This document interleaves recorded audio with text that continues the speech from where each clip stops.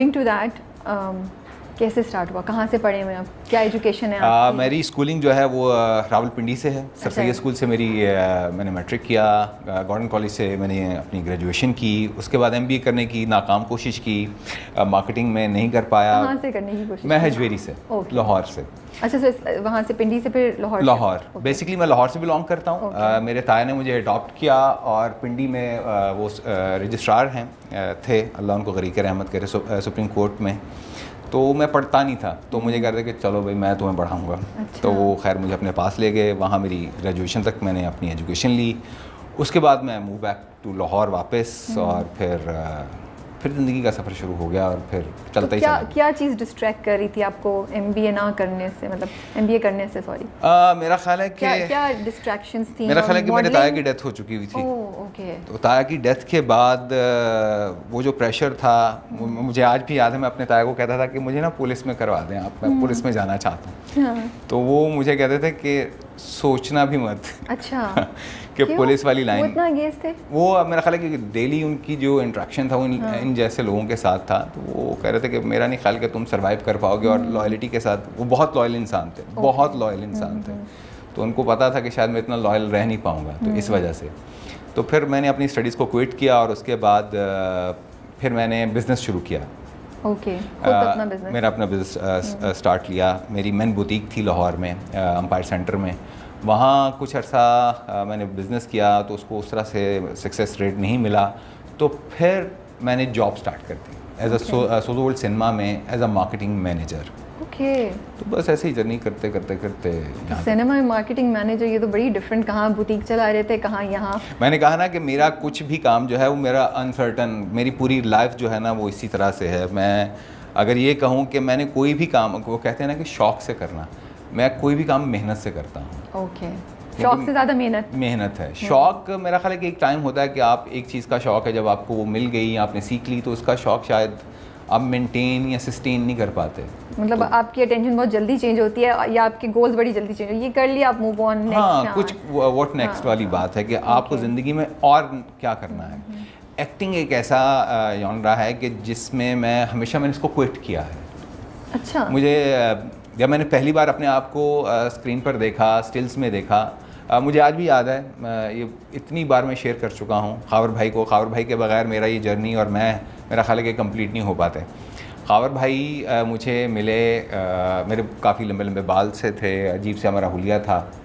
तो ये बात है जब मेरी अपनी आउटलेट थी। ओके। तो खावर भाई आए, खावर भाई ने कोई शूट के लिए कपड़े चाहिए थे उनको, तो वो मुझे देखे जा रहे हैं और मैं कह रहा हूँ कि ये आदमी मुझे क्यों ऐसे घूरे जा रहे हैं। मैंने कहा भाई क्या चाहिए? आपको पता नहीं था वो कौन है उसमें? नहीं, मुझे नहीं पता था। मैं नहीं जानता था। तो कह रहे यार आप मॉडलिंग करेंगे? तो मेरी हंसी निकल गई। मैंने कहा मैं कहीं से आपको मॉडल नज़र आता हूँ, आई साइड की ग्लासेस थी मेरी, और ये बड़ी बड़ी वो तो वो तो लुक तो आ गई ना, बाल लंबे, ग्लासेस पहने हुए आपने तो। नहीं, वो कुछ और लुक्स थी, वो मॉडल वाली लुक्स नहीं थी। ऐसी वाली नहीं थी। वो एक नॉर्मल एक इंसान जो होता है, जो अपनी लाइफ की स्ट्रगल और वो बिजनेस के क्राइसिस को झेल रहा होता है। तो कहते हैं यार आप मॉडलिंग करें। मैंने कहा सॉरी सर, मेरा ख्याल है कि आपने गलत जगह पर नंबर डायल किया है, ये यहाँ पर कोई रिस्पॉन्स नहीं होगा। कहते नहीं, आप मेरे कहने पर एक बार करें तो सही। खैर वो एक और दोस्त थे, उन्होंने मुझे कन्विंस किया कि शूट कर लो, चलो अपनी आउटलेट के लिए कर लो। खैर वो मैंने शूट किया। उसके बाद खावर भाई का कोई रिस्पांस नहीं आया। मैंने कहा मैंने पहले ही कहा था कि कोई फ़ायदा नहीं है। खाम में मेरी जो है ना वो बेड भी कटवाई और बाल भी कटवा दिए। कुछ अरसे के बाद फिर कॉल आई खावर भाई की कि एक शूट और है, वो करना है, इस बार तुम्हारा सोलो नहीं है, लड़की के साथ है। अच्छा। मैंने कहा यार पहले वाले का कुछ हुआ नहीं, दूसरा फिर कह रहे हैं, कह रहे अब एक बार कर लिया तो दूसरी बार करने में क्या हर्ज है। खैर मैंने वो दूसरा शूट भी कर लिया उनके साथ जाके। उसके कुछ अरसे के बाद 2 मैगजीन्स थे उनके हाथ में और वो मेरे पास आए। एक विसाज का मेन कवर मेरा था और वुमेन्स ऑन का कवर मेरा और जियाली का था। माशाल्लाह। तो मैं देख के यूँ हैरान हुआ कि ये मैं हूँ। उसके बाद मुझे नहीं पता चला कि मैंने फिर लातादाद TVCs किए। मेरा ख्याल है कोई ऐसा सिंगर नहीं है जिसका मैंने म्यूज़िक वीडियो ना किया हो, कोई ऐसा ब्रांड नहीं है जिसका मैं ब्रांड एम्बेसडर ना रहा हूँ। लेकिन मुझे एक टाइम ये भी था कि पूरे पाकिस्तान में डिफरेंट कैंपेन्स के मेरे 8 बिलबोर्ड्स थे। माशाल्लाह। तो मैं जब ये देख रहा था तो मुझे सिर्फ एक बात आ रही थी, ये कल को उतर जाएंगे, ये नहीं रहेंगे। हाँ। तो मैंने कभी उस चीज़ को ऑन और कैरी किया ही नहीं। मेरी ज़िंदगी में मुझे 3-4 अवार्ड्स मिले, मैं कभी वो भी नहीं लेने गया। क्यों? मुझे यकीन ही नहीं है कि मुझे अवार्ड मैं डिज़र्व करता हूँ। इतना क्यों? खुद को निगलेक्ट करना। मेरा ख्याल है कि जितना आप खुद को, मेरा ख्याल है कि जितना आप अपनी ज़ात को नफ़ी करते हैं ना, उतना मेरा ख्याल है कि अल्लाह की ज़ात आपको प्लस कर रही होती है। या शायद लेकिन ये नहीं होता कि जिस चीज़ पे आपने मेहनत की है और आपने अचीव किया वो भी तो अल्लाह की देन ही है। अगर आप उसको एंजॉय नहीं कर रहे, अगर आप उसके लिए उसको मतलब आई गेट इट कि उसको दिमाग पे नहीं चढ़ना चाहिए, मगरूर नहीं होना चाहिए, यही तो होता है। लेकिन ये भी तो होना चाहिए ना कि आप उसको थोड़ा सा एंजॉय भी तो करें। मुझे लगता है ये भी तशक्कुर का हिस्सा होता है। बेशक मैं उसका शुक्रगुजार इस तरह से करता हूँ कि जब कोई मुझे अप्रिशिएट करता है, जब मेरे लिए बोला जाता है, और मेरे लिए, मैं कहता हूँ कि अपने लिए बोलने से बेहतर है कि अल्लाह की कुदरत आप दूसरों के मुंह से आपके लिए, क्योंकि ये हदीस भी है कि अगर आपकी दुआ कबूल ना हो रही हो तो आप किसी दूसरे से दुआ कबूल करवाएं। बिल्कुल, आप दुआ करवाएं। शायद तो उसकी दुआ हो जाए। मेरा ख्याल है कि जब कोई दूसरा अप्रिशिएट आपको करता है तो वो आप ज़्यादा एंजॉय करते हैं, ना कि मैं खुद अपना ही कहता जाऊँ I am the best, I am the best. नहीं ये नहीं करें, बट आई जस्ट वांटेड कि आप खुश हो। नहीं खुश तो होता है इंसान डेफिनेटली। मेरा नहीं ख्याल कि अगर आपने मेहनत की है और आपको उसका रिवॉर्ड मिला है तो आप खुश ना हो, ऐसी बात नहीं है कि मैं इस बात से नाशुक्रा हूँ।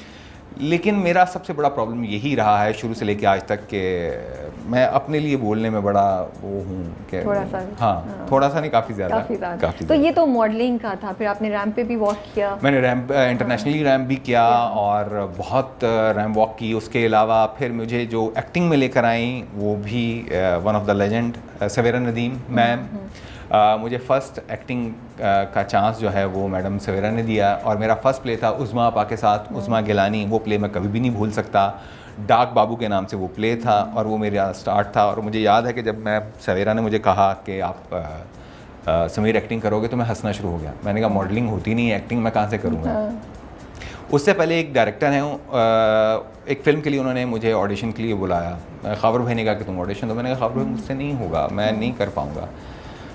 तो मैं आज उनका भी थैंक यू बोलता हूँ। जब मुझे मिले भी तब भी मैंने उनको थैंक्स बोला कि जब मैं ऑडिशन के लिए गया उनके पास तो उन्होंने मुझे कहा कि तुम ज़िंदगी भर भी लगे रहो ना, तुम एक्टिंग नहीं कर सकते। अच्छा। मैं सीढ़ियाँ उतरा, मैं वापस आया, मैंने कहा यार अच्छा ये ज़िंदगी का सबसे मुश्किल टास्क है जो मुझे मिल गया है कि तुम एक्टिंग नहीं कर सकते।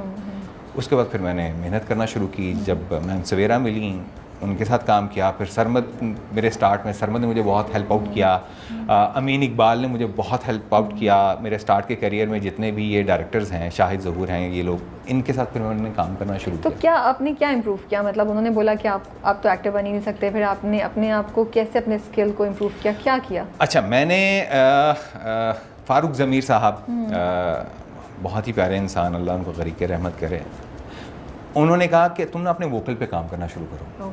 तो मैंने कहा अच्छा उसके लिए क्या करूं? उन्होंने कहा कि ज़िया मोहिउद्दीन साहब को सुनना शुरू करो, आप अच्छे जितने भी एक्टर्स हैं जिनका एक्सेंट अच्छा है, गाने गुनगुनाना शुरू करो, लाउड आवाज़ में बोलना शुरू करो। गाड़ी में बैठ जाता था, गाने लगाता था और लाउडर आवाज़ में जो है वो गाता था। उसके अलावा ऊंची आवाज़ में नमाज पढ़ना शुरू करो। कुरान पाक की तलावत ऊंची आवाज़ में, तलफ़्फ़ुज़ बेहतर होना शुरू हो। तो ये जो चीज़ें हैं ना, इससे ग्रेजुअली मुझे खुद में फ़ील होना शुरू हो गया। फिर जब आप किसी भी अच्छे, मैं नोमी भाई के साथ काम किया, उनको देखा कि अच्छा वो क्या करते हैं, या और जितने भी अच्छे एक्टर्स हैं ऑल ओवर द वर्ल्ड, उनको फॉलो करना शुरू किया। जब जैसे जैसे वो डायलॉग्स बोलते थे फिर मैं पीछे पीछे उनके डायलॉग्स बोलने की कोशिश करते थे, वीडियो लगा के। तो वो इस तरह से मैंने अपनी प्रैक्टिस को किया। अभी मेरे जितने भी नए कोलीग मुझे मिलते हैं तो मुझे कहते हैं कि हम कैसे इंप्रूव करें। तो मैंने कहा भाई जब मैं आया था मेरा एक्सेंट भी बहुत बुरा था, लाहौरी एक्सेंट था और कोई इतना अच्छा नहीं था, मुझे एक्सप्रेशंस का इतना नहीं पता था। तो बात में उस दिन मुझे एक बात समझ आ गई थी कि मेहनत करने से आप कुछ भी कर सकते हैं, क्योंकि मेरा शौक़ नहीं था। मैंने ज़िंदगी में कभी भी रुक कर शूटिंग नहीं देखी, मैंने ज़िंदगी में कभी भी किसी एक्टर के पास जाकर उसका ऑटोग्राफ नहीं, बचपन में भी कभी नहीं सोचा कि मैं एक्टर बनूंगा या कुछ ऐसा? नॉट एट ऑल, ये कभी